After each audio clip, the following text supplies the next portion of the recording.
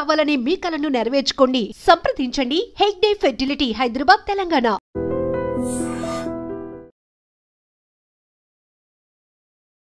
ఈ మధుమేహం ఆధార్ లింక్ అయిపోయింది ప్రతి ఇంటికి కూడా. అవునవును సార్.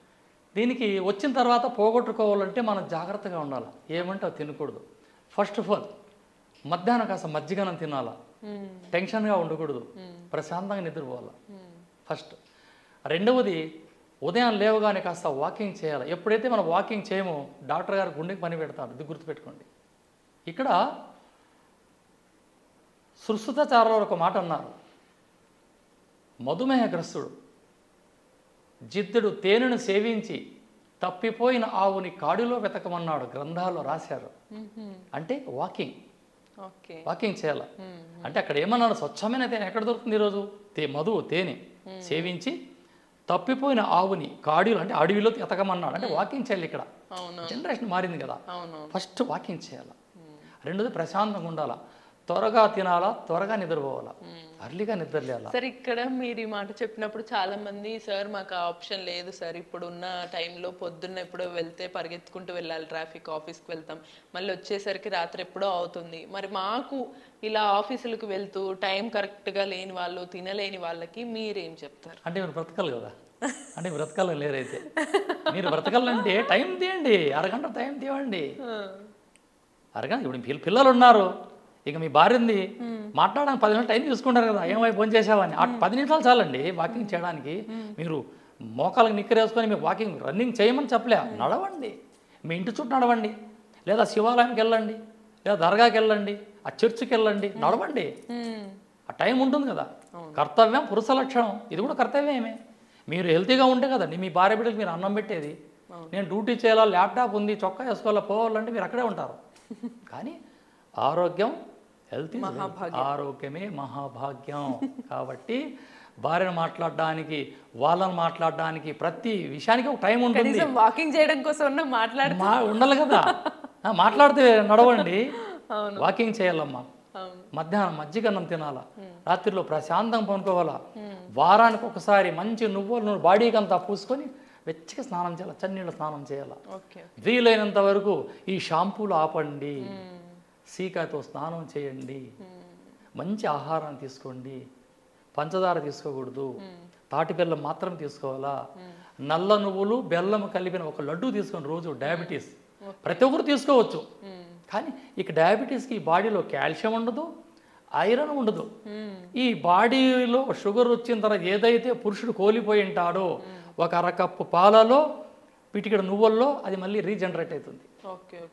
ఈ జాగ్రత్తలు పాటించాలి. అంటే మధ్యాహ్నం పూట మజ్జిగ తీసుకోవాలి, నువ్వుల నూనెని కొంచెం ఒంటికి మర్దన చేసుకొని చల్లటి నీళ్ళతో స్నానం చేయాలి, వాకింగ్ చేయాలి, మూడోది.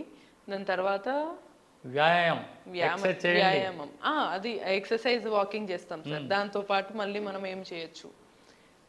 చన్నీటి స్నానం చేయాలి, ఎక్కువగా టెన్షన్ తీసుకోకూడదు, వీలైనంత ప్రశాంతంగా నడుస్తూ ఉండాలి. నువ్వుల నూనె బెల్లం కలిపి తినచ్చు. నువ్వులు బెల్లం, నల్ల నువ్వులు బెల్లం తీసుకుంటే లడ్డు చేసుకోండి, తినండి.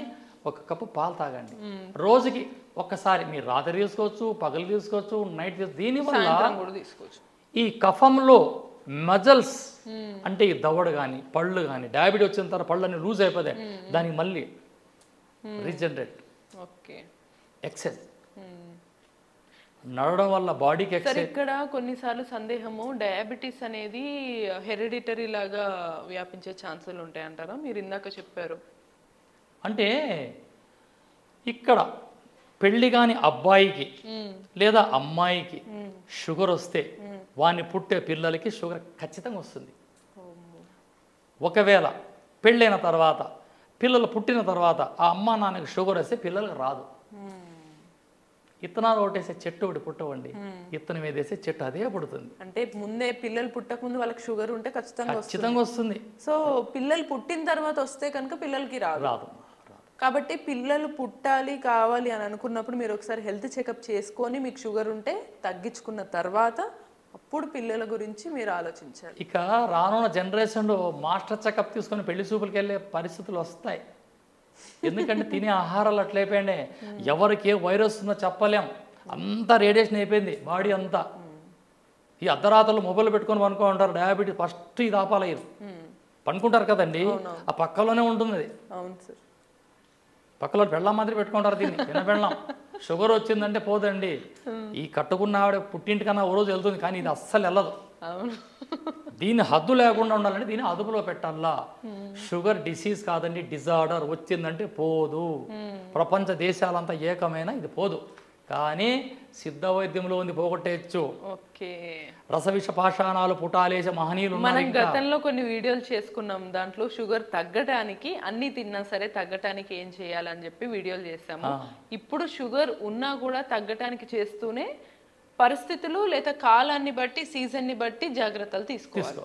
తీసుకోకపోతే మళ్ళీ పెరిగే ఛాన్సులు అయితే ఉంటాయి. ఇప్పుడు దొంగలు వస్తారని ఎంత పెద్ద బీగం వేసి నిద్రపోం కదా, కాస్త మెలకులో ఉంటాం. బీగం వేసి ఉంటామండి, దొంగలు వస్తారని. దొంగలు వస్తారు, ఎంత బీగం వేసినా మీరు జాగ్రత్తలు మీరు ఉండాలా, అప్పుడు దొంగలు రారు. రైట్. ఈ బాడీలకి ఈ వైరస్ని రావాలంటే కారణం ఆహారమే. ఈ ఆహారాన్ని అదుపులో పెట్టుకున్నామంటే రాదు. ఫుల్లుగా తినద్దండి, కొంచెం తక్కువ తినండి. ఉదయం రాజు భోజనం, నాష్ట నాష్ట నాష్ట నాష్ట, మధ్యాహ్నం రైతు భోజనం, రాత్రికి బిచ్చగాడి భోజనం. రాత్రిలో తక్కువ తినండి, మధ్యాహ్నం కాస్త ఎక్కువ తినండి, ఉదయం ఇంకా ఎక్కువ తినండి. ఇంకోటి ఏమంటారు, ఈ డయాబెటీస్ 2 పులకాలు తినండి, అన్ని మొలకలు తినండి, అని ఫ్రూట్ తినండి. ఎట్లా వస్తుంది బలం వానికి? అందరూ చెప్తారు డయాబెటీస్ అదుపు చేయడానికి అన్ని తినాలా. సరే, బలం ఎక్కడ? బలం కావాలా. ఆ బలం కోసం మంచి ఆహారం తీసుకోండి, మంచి ప్రోటీన్ తీసుకోండి, మొలకలు తీసుకోండి, గింజలు తీసుకోండి, కొర్రలు, అంటుకొర్రలు, సద్దలు, సామలు అన్నీ తీసుకోండి. కాస్త వ్యాయామం చేయండి. కోట్లు సంపాదించిన తర్వాత వ్యాయామం అవసరం కదండి. కాబట్టి నేను చెప్పేది ఒక్కటే, ఏదైనా అవసరం అనిపిస్తే నాకు ఫోన్ చేసి అడగచ్చు, నేను చెప్పగలను, హ్యాపీగా చెప్తా. నా బాధ్యత మీకు మెసేజ్ ఇవ్వడమే. ఎస్, రైట్, తప్పకుండా. సో ఎస్కే రసూల్ గురూజీ బాధ్యత ఏంటంటే మనకి ఒక నాటు వైద్యం ద్వారా ఒక మెసేజ్ ఇచ్చి మనకున్న ఎటువంటి రోగాన్నైనా సరే ఈజీగా మాయం చేయడం అనమాట. సో మనం సమ్మర్లో మన షుగర్ పేషెంట్స్ ఎవరైతే ఉన్నారో మీరు తీసుకోవాల్సిన జాగ్రత్తలు చెప్పారు. వాటితో పాటు మీరు మీ ఆరోగ్యాన్ని అదుపులో పెట్టుకుంటూ గతంలో మనం కొన్ని వీడియోలు చేసాం షుగర్ తగ్గడానికి ఏమేమి చేయాలో. సో ఆ ఇంగ్రీడియంట్స్ కూడా మీరు తీసుకున్నట్లయితే చాలా హెల్తీగా ఉండొచ్చు. ఇటువంటి మరిన్ని నాటు వైద్య చిట్కాల కోసం కీప్ వాచింగ్ ఎ డ్రీమ్.